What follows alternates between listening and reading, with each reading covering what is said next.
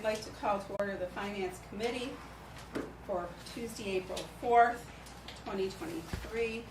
And let's see, all members are here with the exception of Jason Pan, Alderman Panis. Right? Okay, the rest are all nodding. Okay. Reading and approval of the minutes from previous committee meetings, Wednesday, March 15th, Tuesday, March 21st, and Wednesday, March 22nd. Those were posted online. Do I have? Okay. Anastasia, motion to approve the minutes. Okay. And with Jen and Alderman Forney, second. Okay. All in favor? Aye. Okay. Unfinished business. I guess that's our budget, if I'm correct here. So I just wanted to take a moment and just go over a couple of things. And first, I know that all the department heads, the mayor worked with the department heads to put the budget together, and I know that that's a daunting task, trying to make sure we ensure services while also making sure that our taxpayers are not overburdened. So we had submitted a letter to the mayor just with the council's recommendations after reviewing his budget proposal. And so again, we just want to thank you for all the effort that went into it, but also noting that we need to take a look at some of our potential new sources of revenue, like the bed tax, downtown parking, because one of the things is that as a city we don't have a lot of revenue streams, and so we really need to be attentive to those that we have. As for the property tax increase, most of the council agreed that the 2% that we felt that we were going to have to look to break the tax cap. However, 6% was too high and would be burdensome to our taxpayers. We also looked and said that we believe that the proposed budget is relying on trends that may not come to fruition despite new industry in town, and we had suggested lowering those revenues by 25%, hoping to not run into any shortfalls in the next year. The council also recommended not adding the new positions, and while we certainly recognize the importance of each one of the positions that was listed, given the current tax rate of proposed of 6%, we were recommending not to put any of those positions into effective this year. I do know that we did get a letter from Chris Schwery from Parks and Rec that we can address later. So the council sees a value in each of these proposed positions, but we would like to ensure that revenues will be able to pay for them. Additionally, it was our understanding, and with acknowledgement, that a full-time assistant manager in the recreation center as well as the superintendent of water and sewer positions were created a few years ago to help balance out department workloads in recreation and engineering, and we ask that the departments take that into consideration. As for the fund balance, we were recommending that it goes untouched for ongoing operations, that we need to utilize fund balance for one-time capital expenditures, and as such we recommend pulling larger capital expenditures from the budget that are one-time purchases. For example, the $20,000 new server, if that's needed, was one example. And that we also recognize that what we were asking was a challenge to the mayor, to the department heads, because the cuts that we were looking to, they equate to almost $500,000 out of the budget. We understand the cuts in revenue mentioned must be tied to cuts in cost, and primarily we were recommending a decrease in the property tax rate of approximately $120,000, decrease in projected sales and mortgage tax 25%, about $250,000, and removing the fund balance usage of $120,000. And again, this was recognizing the amount of work that goes into setting up any budget to start with, and again, just thanking everybody for their input. Each one of the department heads has done due diligence in presenting us with their projections and the recommendations for new positions. So that's where we were at, and we did receive from Lens, and I think I'll let you take over with just where you, or the mayor, whichever is going to with the projected budget cuts. I just want to clear up one thing that's in your letter. Yeah, a few years ago, we did put in a new, a full-time, part-time manager at the recreation center, and we instituted a superintendent of sewer and water. But, you know, it is right what you say you created a few years ago to help balance department workloads and recreation. But where it's not right is in engineering. Nowhere did we say the superintendent of water and sewer were going to balance out the engineering department. So that balanced out sewer and water. So I just want to clarify that.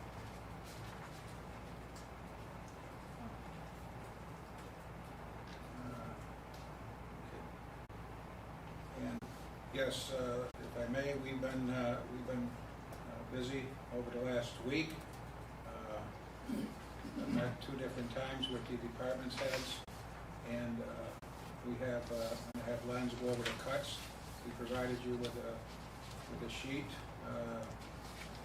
I think we got all the information that you requested. So we were able to, like I said, we worked very diligently, and I think right now we've eliminated. Well, I'll let Lens talk about that, but yeah, Lens, you want to go over the sheet on the cuts we made?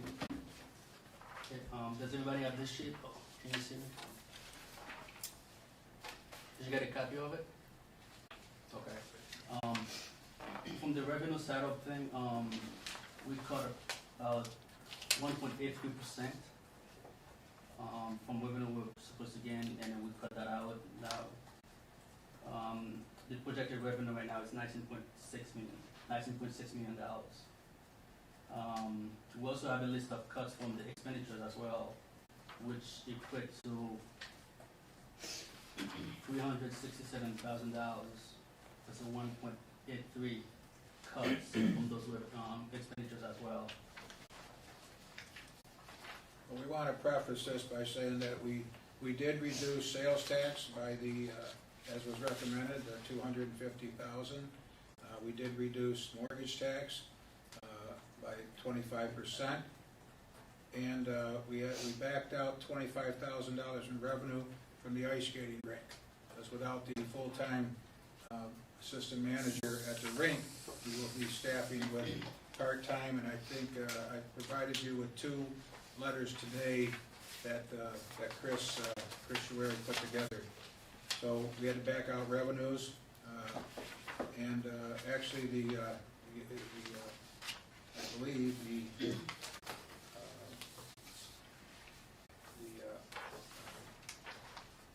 let's see, wages went up $11,000 with the part-time people. Is that correct, Lens? Yes, that's correct.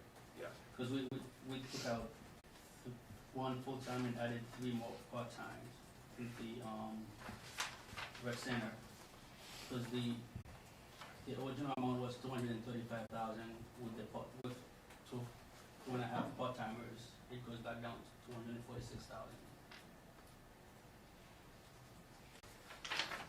Okay, so go ahead, Lens.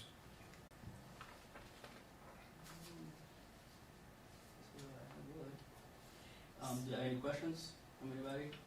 So I have a question. So you added the 11,000 in, but then there was the fringe and stuff. Is that under this? Where is that kind of removed then? Because the fringe for that position, is that under that undistributed? Yep, the undistributed one. That's where all the fringe benefit goes into. But if you look on the other sheet that I sent out, Yep. If you look for the rec center. Mm-hmm. The one full-time position was $69,000. The part-time was $71,000 for 2.5 part-times really. So I had to back in. So it basically cost us more for the 3 part-timers versus the 1 full-time for the rec center. And we also back out with like the mayor said, $25,000 because of, if we don't have that many available hours for people to go in, I don't think we're gonna reach what we had in mind, which would be $245,000. I guess I don't understand. So you're adding a full-time, but you're taking away part-time positions. So, 2.5. Really. but if there's more work, or we're trying to operate longer, so we can increase additional revenue, wouldn't, those part-time positions be important to stay open? So now we're not putting all work on just the full-time person? No, the full-time person would actually run the center. When you're looking at the events or ice time over there, the full-time person will be the one that runs resurfaces the ice. So you only need one other person in the building at that time. So, because the ice is running, so you don't have like public skating where you need a 3rd person and a 4th person for skate rental and then people on the ice. So it's already rented, so you just need the manager there and 1 worker. So the manager would give us because it's a 40-hour position, and it'd be a flex position where he would work, or he or she would work different hours. So that's where Chris is coming from, that right now with our part-time people, so they're not available, they can't work these hours, they can only work this time or that time, so it becomes a struggle, and if we don't have people then we're canceling events, or we're canceling ice time. He wants to get on a better schedule, especially with Sunday, that we will have better hours that'll be there available for rent, and we can also increase our public skating. If we have, right now it goes for an hour and a half, we could up that to 2 hour blocks. So Yeah. yes, we still will need a few part-time people, but we won't need as many as we have. Yeah, and I understand all of that, but I think when I'm thinking about things operationally, adding to fill a gap, but we're still taking away. In the long run, it seems like we might be creating additional gaps. But also, if it's a problem with scheduling and these people aren't available when we need them, then why are we not stating these are the hours that are operational, and this is when we need staff to work, instead of working around employees' schedules? Employees should be hired based on the hours of operations and events. I'm just trying to wrap my brain around it. Yeah. You're right, and that would be nice if we could do that, but we have an awful time finding people to Right, work. and I realize that, labor And when it's a is an part-time issue. position, the people that we do get maybe have another part-time job. And, so it's an awful time, and what Chris trying to also get away from too is the training. It takes a lot to train a part-time manager, and then as soon as they get a full-time job with that, they move on. So now we're constantly training, and we're lucky to have Chris because on occasion he will fill in on hours, but I can't expect him to do that all the time. No, right. So, I am one who does think that a full-time is more efficient than 3 part-time. However, at the same time, having factored out, with going with this model, we actually would have lost about 1,000 hours per year of man-hour time. And so the question is, how do you make up for that piece? Because when we factored out 40 hours a week versus an average of kind of 56, we actually had a significant loss in terms of hours. Plus two, if you lay off the part-timers and you just have 1 full-timer, he's gonna have benefits, so what if he calls him sick? Then what do you do? No, that's why we need a couple of part-timers, Yeah. so. And we did factor in, when we were running the math of the 1,016 hours, we factored in vacation and holidays that people could take off in terms of what the added hours were that we were kind of at a net loss for. Because I think that's the key, if we're looking to say we want to expand hours, but we're going to have such a significant decrease in man hours based on just kind of adding up everything. I don't know, any thoughts on the position there?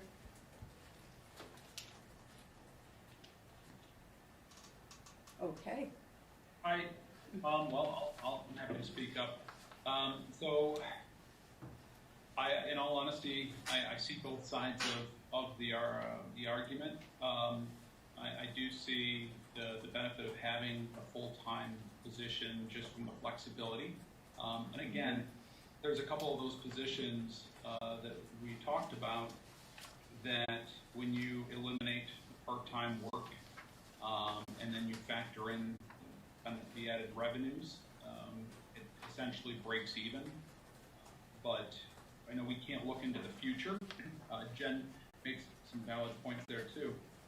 I guess my concern would be that next year we eliminate the part-time positions and we commit to adding a full-time position would be that next year, well, we need to add another half-time position or part-time position because we have to get, but if the work can justify it, right? If the hours, I think the way that Chris has laid it out, being able to maximize Sundays, I mean, Saturdays and Sundays are huge days for the rec facilities, and I think that coverage there is going to be important to maximize the revenue generation.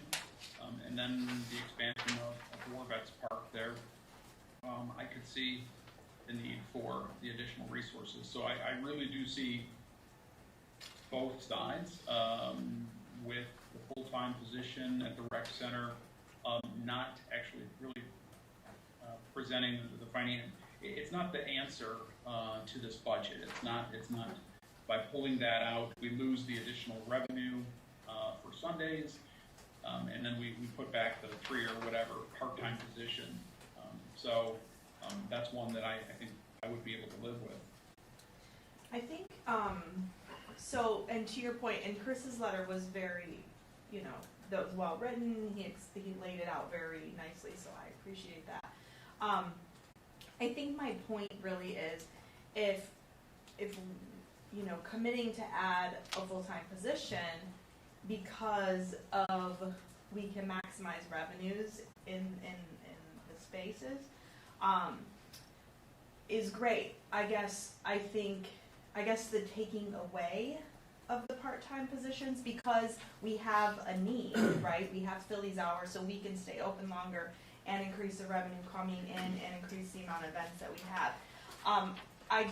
I guess I worry that then, taking away some of those part-time positions, we end up in the same position we're in right now, not having enough coverage, because of, the issue with labor. And so we have labor and then we get rid of labor, knowing it's hard to find part-time labor. I guess that's kind of where I question if that makes sense. I don't know if that makes sense. Well, I just want to point out that, a few years ago, we granted another full-time position at the Recreation Center. Mm-hmm. And I gotta give kudos to Chris, because that position, just having that position, we've had increased revenues over the last several years, and we're doing it again this year. And so that's where Chris is coming from. I think Chris does one heck of a job. He's very efficient in what he does at the Recreation Center, and I think he's got his thumb on it. So I'm not going to question him. He's doing a heck of a job. So. I mean, if I'm not mistaken, I do believe he did say that they're gonna keep maybe 1 or 2 part-timers still there. They're not to get rid of all of. They're just gonna keep 1 or 2. Yeah, I that's how I understood this one. Was that the one where it was gonna go down from 6 to, That's the airport, right? No, that's the airport. On 6 to. that's the airport, okay. But I'm pretty sure. Don't quote me. I can check. Yeah, Is it it was right in to here. 1.5 or something like that? And so I can't recall exactly. I mean, does it really, when you deal with part-timers, does it really end up where you let them go, or do you just balance their hours differently? You know, is there any cost to have them on the books, and if they wanna work and you need them and you have the budget money, they work, and if it gets tight, they don't? Like, does it cost us anything more to have part-timers on the books like it does a full-timer?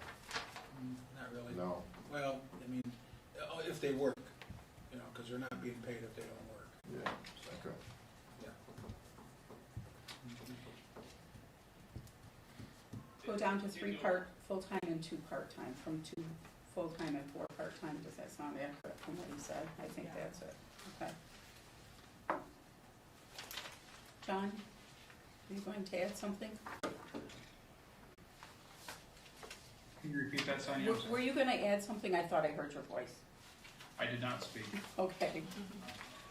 No, that was probably me coming off of mute. That was a couple of times I was gonna say something, but I'm gonna just sit and listen right now. Sorry, Vernon, if I interrupted you. Oh, no, you're fine. You're fine. I mean, you, the mayor, and John all said the same thing that I would have said, so I'm good. Can I also ask, this adjustment in the power is reflective of the conversations you had with the electric Yes, company yes, we did. and the budget credits? Yes. Okay. We have about 20 or 21 accounts that actually not added to the credit list. So we sent those in last week. So hopefully those get added in and we'll get the credits once they get rolling. I don't know, well, I kind of know how we missed it, but we did add it certain coursework down up in the city, those were not added. And we were paying for those ones, and we're not supposed to pay any bills really for National Grid, because all we have to do is pay PQ Energy, then get all the credits from National Grid. Now with those being added, that's probably make a difference down the line. Okay. So, It's gonna make a big difference. We found out that in going back through with BQ Energy, that we have $250,000 in credits on the books right now, and sitting there. So, because we didn't have the number of accounts to apply them to, and the reason we didn't have those accounts, we've added several accounts since we started with them. Example would be, what was one of the The park. yeah, I think the, park is one of them. the new building, the farmer's market building at the park over there, that was added and never, that was a new account that wasn't added to their books, or on their sheet. And several of them like that we have right now. The Beefstro building over there was added. I think that's tied in with the main building, but these little accounts that now will be able to apply credits to them. And Connie was saying she just paid $14,000, which we if we had these to it, we probably wouldn't have been paying that amount. So it's been auditing on our part. They're helping us right now in getting that straightened out. The way it works is that we pay BQ Energy 10.7 cents on every kilowatt hour, and in turn they sell the electric from the solar farm to National Grid.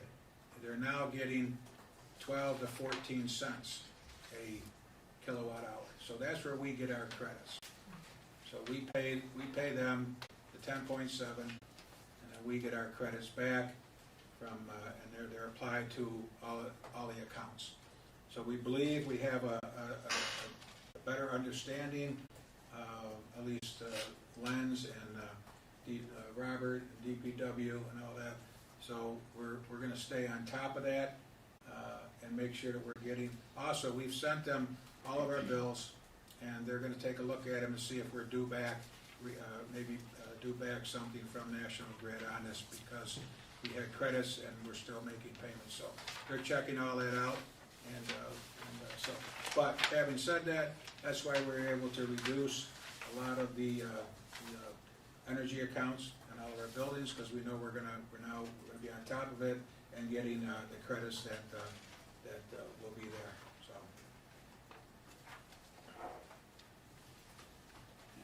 technically, by all this, we shouldn't be paying National Grid any large portions, because we're only at 10.7, we're paying for kilowatt hour, and they're receiving 12 to 14 cents per kilowatt hour that they're generating. So that's where the savings come from. And we don't get that in cash, we get that in, it's called net metering credits. So that's applied to our bills.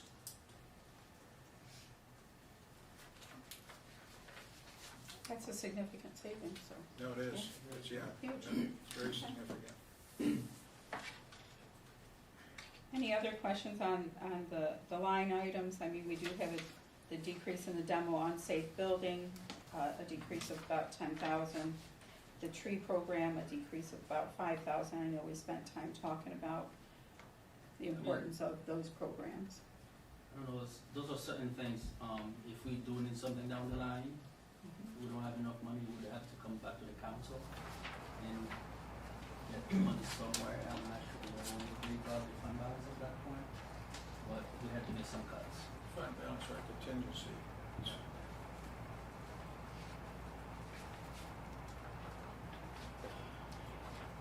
And we're projecting the decrease in the police overtime with them being fully staffed. Yes. Yes.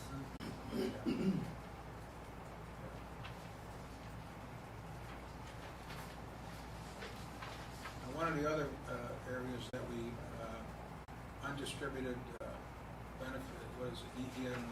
What is EE? That's Employees. okay. Employee benefits. That's our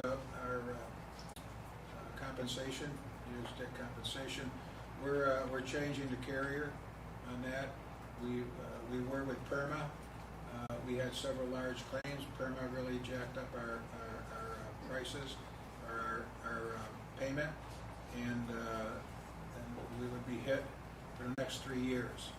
So we went with Comp Alliance, which is a company recommended by NICOM, and they came in at 309? I think it was 209. Yeah. No, I think it was less. No, I'm sorry, 290. Yeah, 290. But that's 290 is part of the general fund. Yeah. We have 15% and 15% from water and sewer. So, yeah, they came in at 309, so we're gonna see a savings of about 19,000 from what we had in the budget for that. So that's a good pickup there. So, we just signed that contract, not the contract, but we signed the sheet with them, and so that'll be and we get a guarantee for 2 years. So they'll hold that price for 2 years. So we had 4 very large claims over $1.2 million that they paid out. So.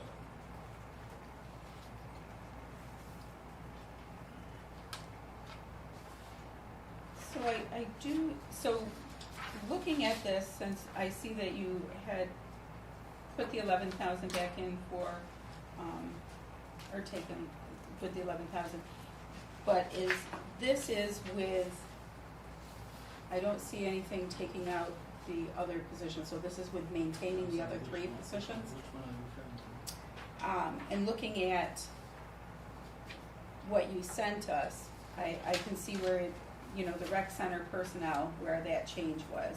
But I don't see where, okay, I see the parking enforcer that we're gonna decrease by 6,000 because we'll go just to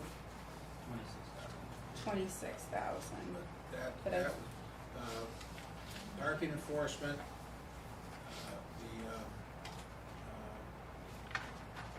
the full-time there, the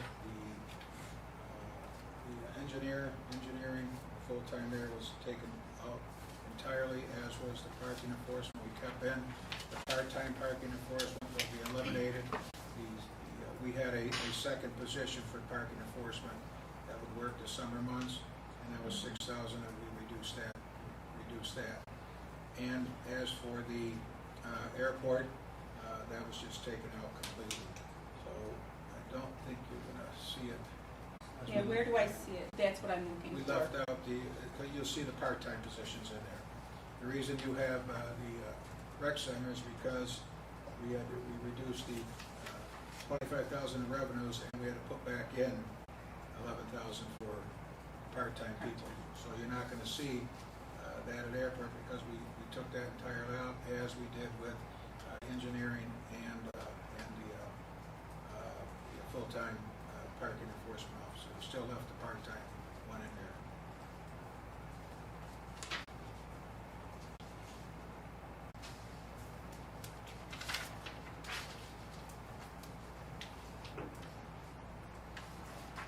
I'm sorry, I think I'm misunderstanding something here.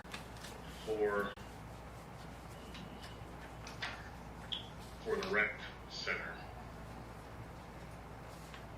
the 11,000 discrepancy, I'm sorry, not discrepancy, but the increase from 235K to 246K, what is that 11K increase for? So we had, part-time, we had to put back in. Right, but I thought they were never moved out. I mean, if they were in there from the previous budget, then the budget would still be the same with them in there. No, that was, And you just didn't include the new employee, is all I thought was the difference.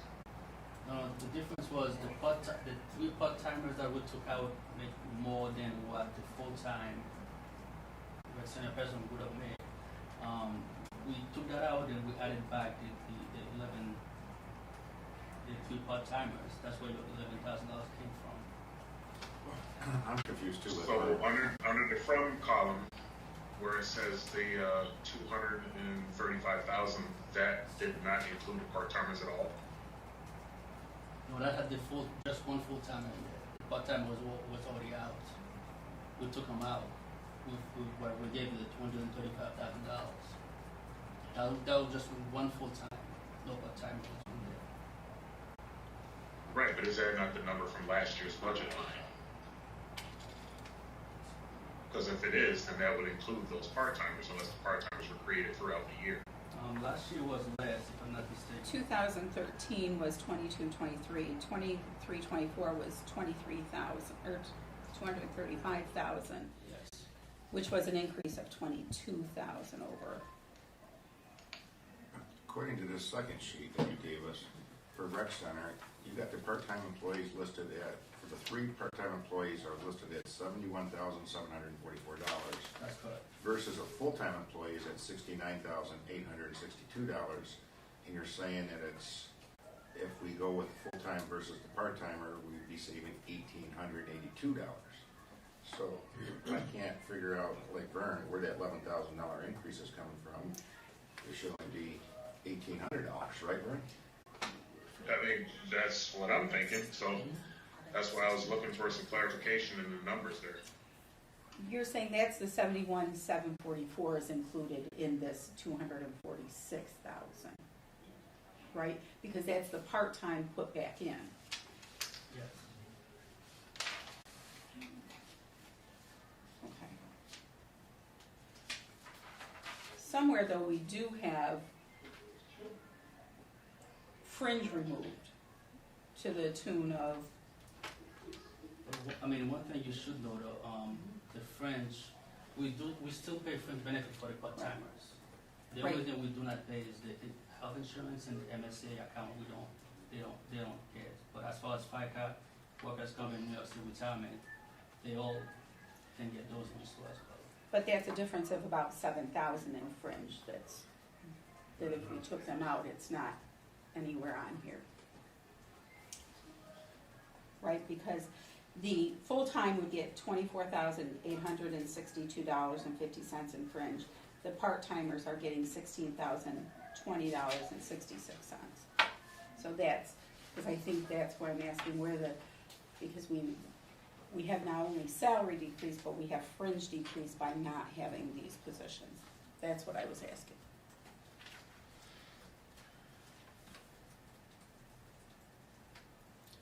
So, You know, because we'll have that, I mean, because it would be parking enforcement, you know, it's actually about, an $18,000 savings, part-time versus full-time. The airport, it's about a $10,000 savings. And then engineering, if we didn't do it, that's about a $29,000 savings. So all those fringes are built into the budget that we saw that are not in here. So however much that comes out with, right? I mean, are you guys following?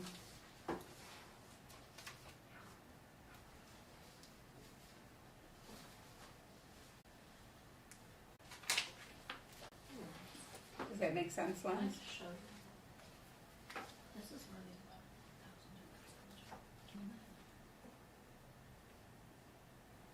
That should be estimated.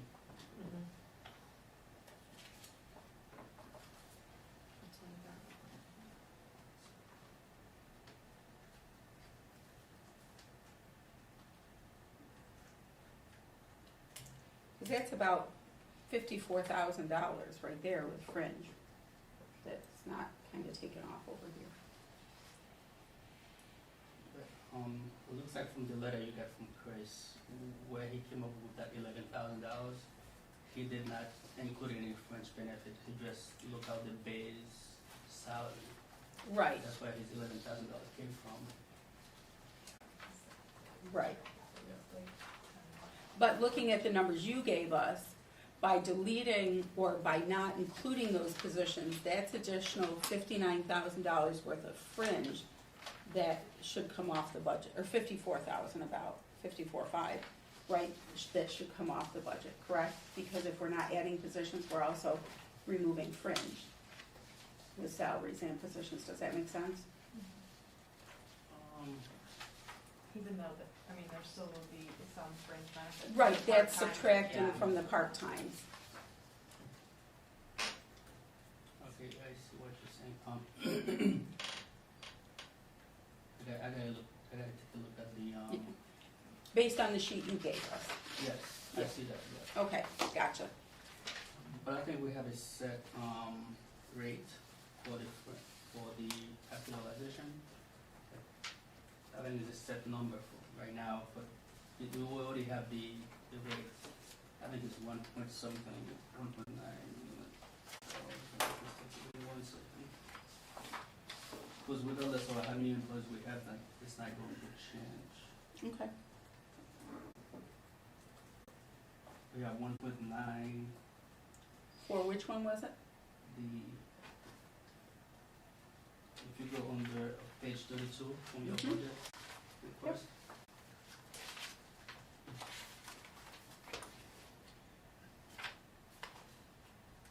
It's line item 90606.650. Medical insurance and hospitalization. That's a $1.9 million. We already have that set number in there. This is what we're gonna be paying to Alliance, regardless of how many employees we have or not. Right, but that doesn't, I mean, the FICA, the workman's comp, and the New York State It's not retirement, gonna that's, change. right, that's that 54 that I was talking about. It wouldn't change the other component, because that would remain the same, as you said on page 32. It's not. I don't think I can take it out.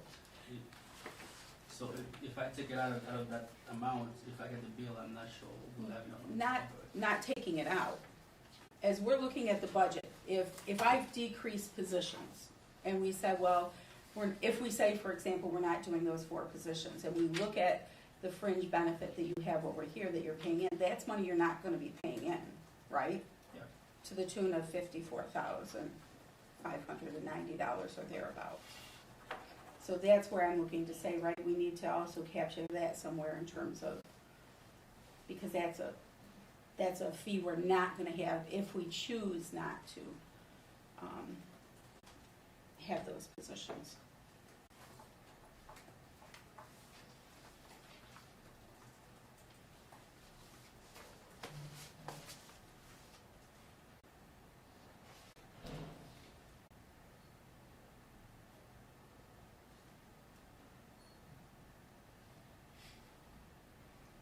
So we can work on that, I think.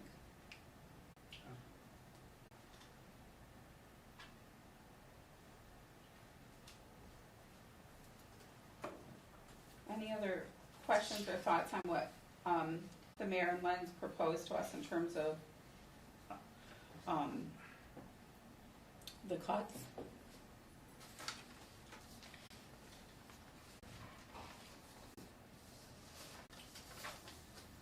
Those who are on vacation, any? Did you, Len, I'm just trying to go through my email here. Did you send us your list? Yes, I did earlier today.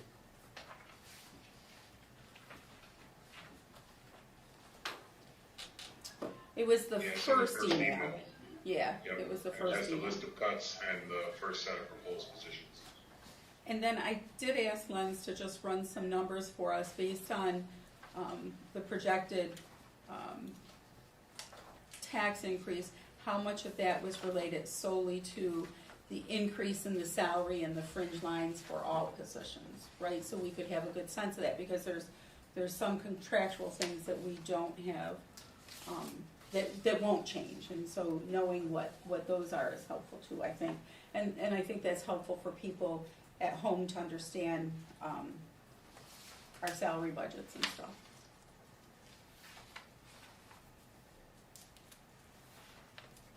But it's excellent news on the BQ Energy. I mean, that actually made a significant dent in terms of the changes that were requested in terms of the budget. So Len, that takes us down to, as is, 4.17% in terms of tax increase, is that correct? 4.83. 4.83. Okay. Which, if 4.83 would be, the average home is assessed at 65,000, and I think I sent this document to you guys from Greg Piota.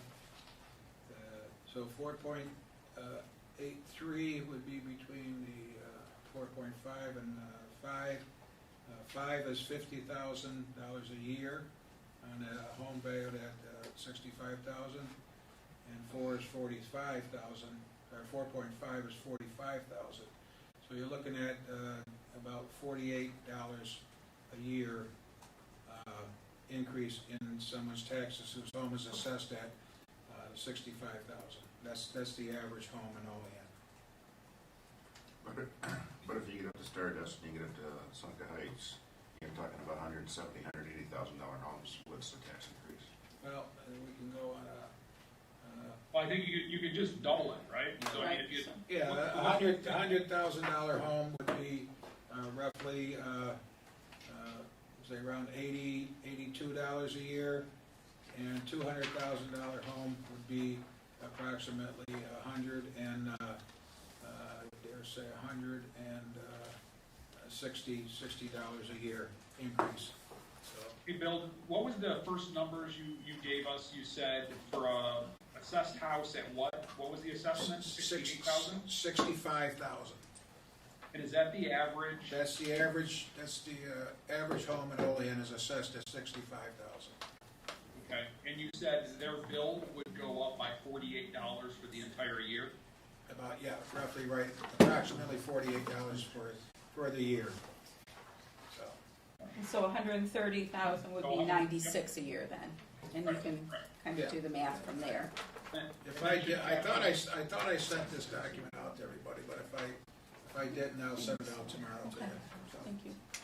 I think that's a pretty fair description, well, a way to visualize this. Because I think if homes really assessed at 130,000 and under probably captures most of the homes in Olean.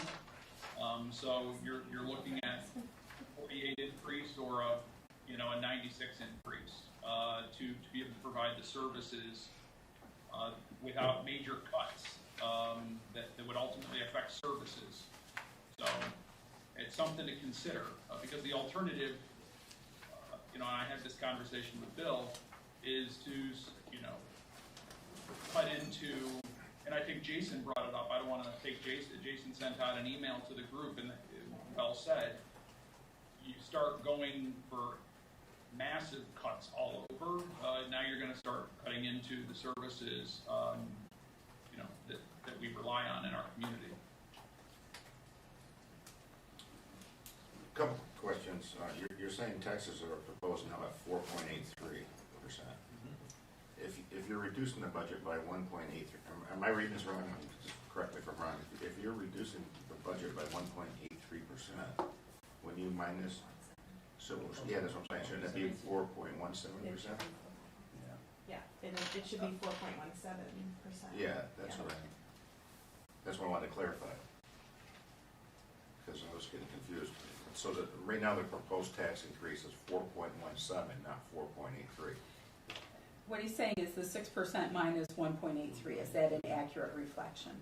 That if you're taking 1.83%, that's what the question is. That's where I had come up with 4.17 to begin with. Yeah, that's maybe a rounded issue. I'll look at that. But Well- keep in mind though, we also removed that $120,000 we saying that we're gonna use from the fund balance. That's probably part of it too. Cause we only cut 1.10 out of the tax, proposed earlier. It was 7.8 down to 7.7. If you look on that sheet. Well, just to show you, you know, if it was 4%, that's $40 a year. So, you know, it's $8 more a year to take it up to the 4 point, or if you go to 5, it's $10 more a year. You know, so it's not a big increase for the homeowner. Oh, no, I think Dave's question was just where the 4.83% was coming from. Because if we were looking at 6%, I mean, and then the cut of 1.83, I thought it would be 4.17%. And it may be, but Okay. I think what Lens does is the program he uses, he puts in all the cuts and all that, and then it comes out to what the percentage is. Okay. So he can rerun all those numbers. If it's, you know, I mean, I'll be happy if it's 4.1. You know, there's a few dollars savings there. Mm-hmm. So.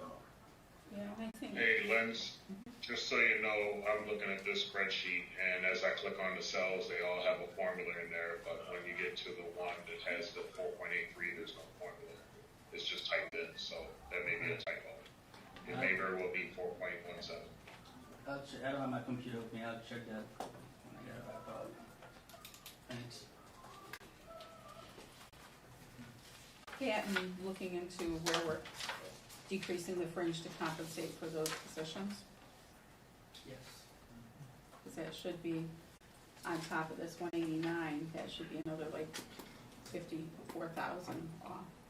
If we are electing to not add any of those positions. So right now, this 4.17, 4.83, whatever it is, right now there's no full-time positions created, right? This is, okay. So before, I'm just trying to clarify my brain here. Before the positions totaled 300, the 4 new positions totaled 300 and roughly, I don't have, I tried to find the email, I couldn't find it, $304,000. And so if we cut those 3, and then I know we had to add the 3 part positions back, which is about 70,000. So I'm thinking those positions alone should have saved about, by not adding those, it should have saved close to 2.5% to 3% itself. And I'm trying to figure out how the tax rate is still at 4.17 when you're not adding these positions. What was? Well, we added back We had 3 or 6 4 at at the airport. the airport. Oh, 3 or 4 at the airport too. We had Okay. 6 at the airport. And we had 3 at the rec center. Okay, so the airport 3 positions are 84,000.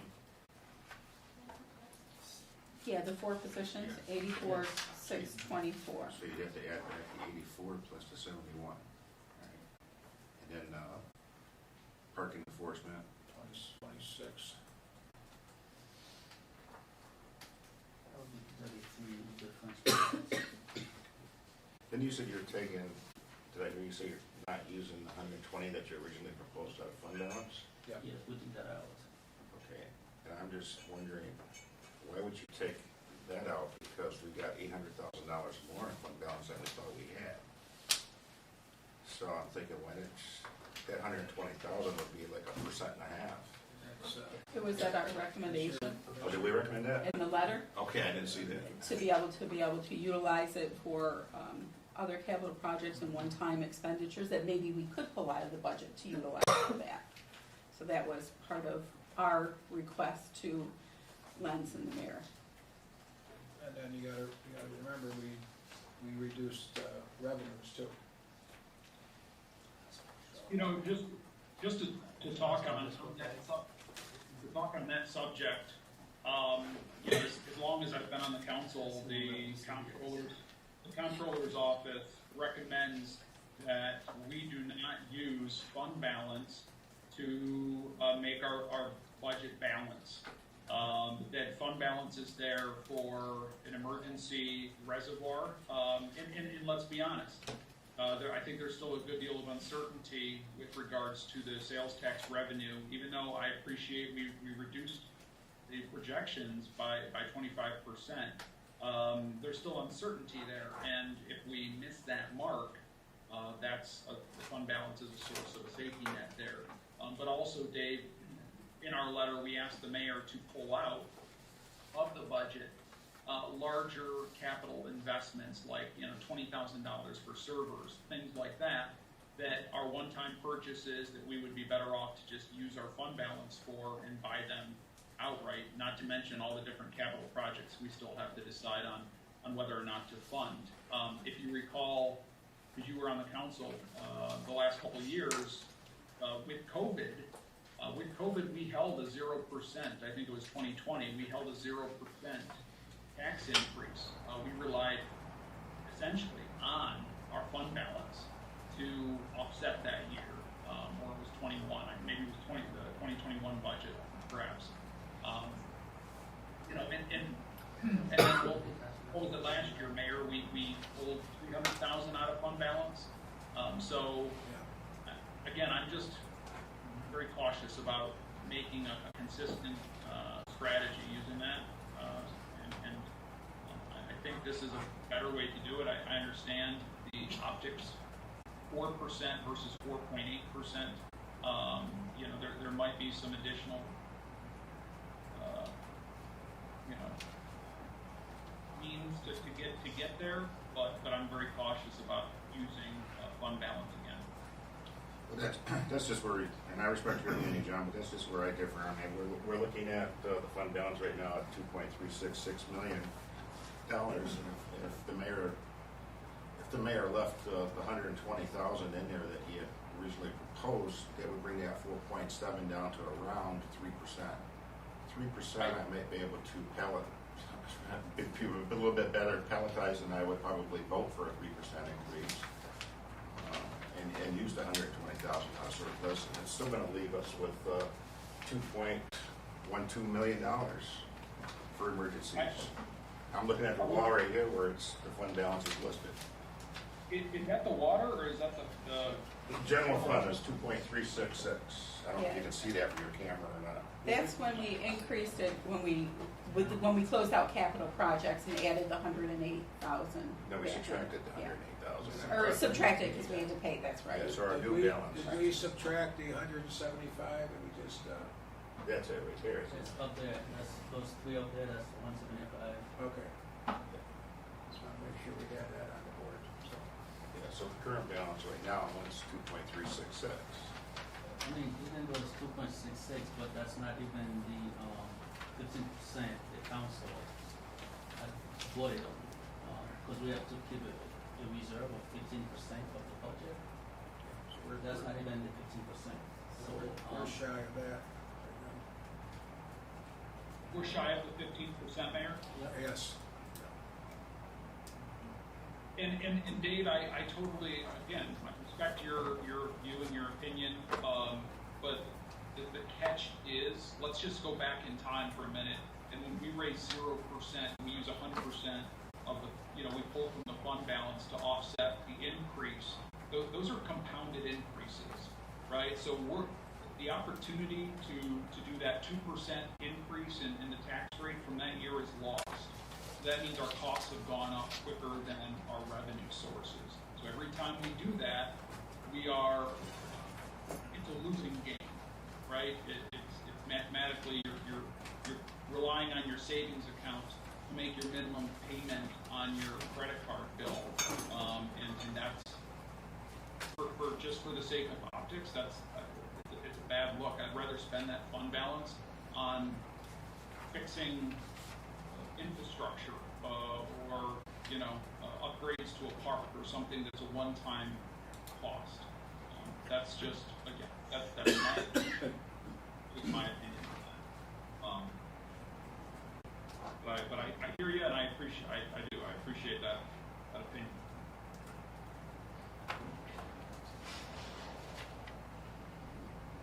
Lens, does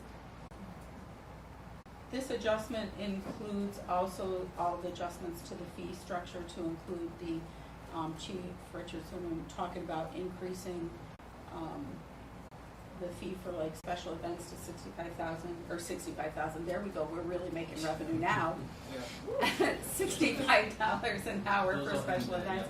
So all those are factored in all of the increase in fees, which I appreciate the effort that really went into making some of those adjustments, because I forgot who mentioned it's like Starbucks. It's not like our Starbucks hasn't gone up, so we definitely need to, and our parks are important, but I also think, maybe as we look forward in future budgets, that we have to break even with some of these numbers with our parks and what we charge for season rentals, if you will, of our fields and stuff.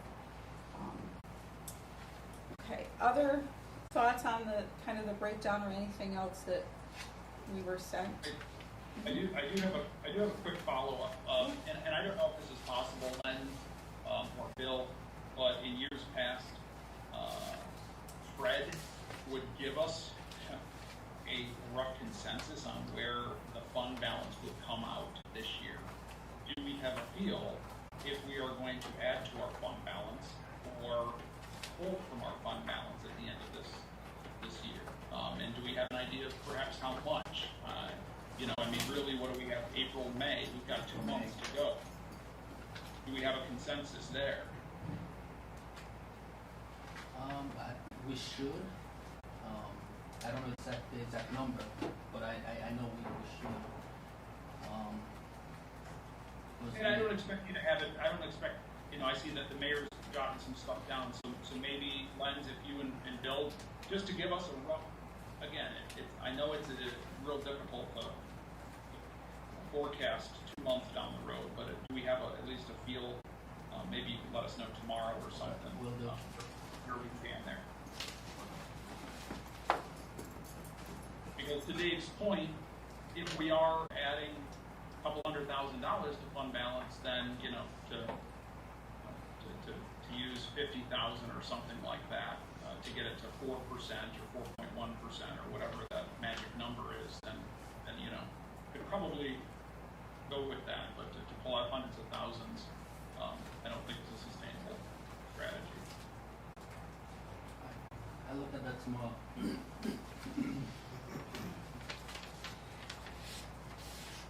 So what I'm gathering is we're asking for a couple more kind of adjustments and projections in terms of the budget to come up with, are we at 4.17, are we at 4.83, right? Because that would make a difference for maybe some in terms of the voting.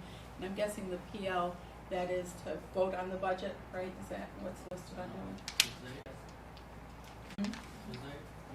Yeah, we'll refer it to next, add to tomorrow, Okay. finance, and then tomorrow we'll refer it, so on and so forth. Okay.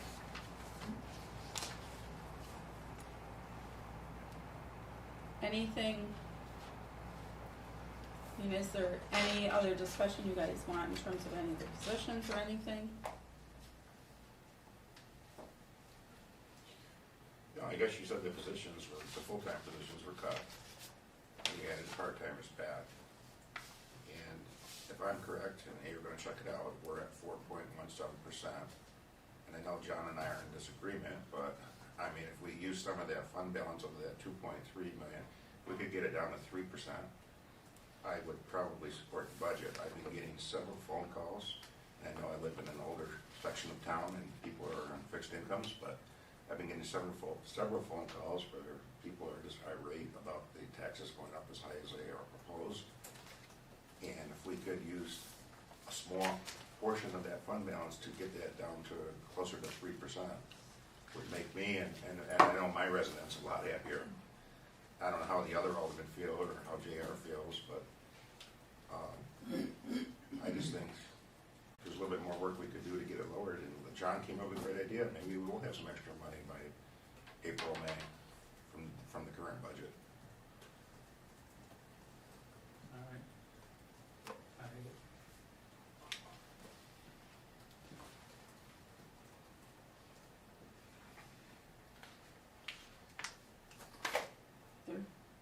So I just, would you want to have another meeting? Is it going to be? Well, there's already one on the schedule for tomorrow, so, if we had put that up there with the idea that easier to put it on than take it off, or take it off then, put it on. So it would be tomorrow at 6:30.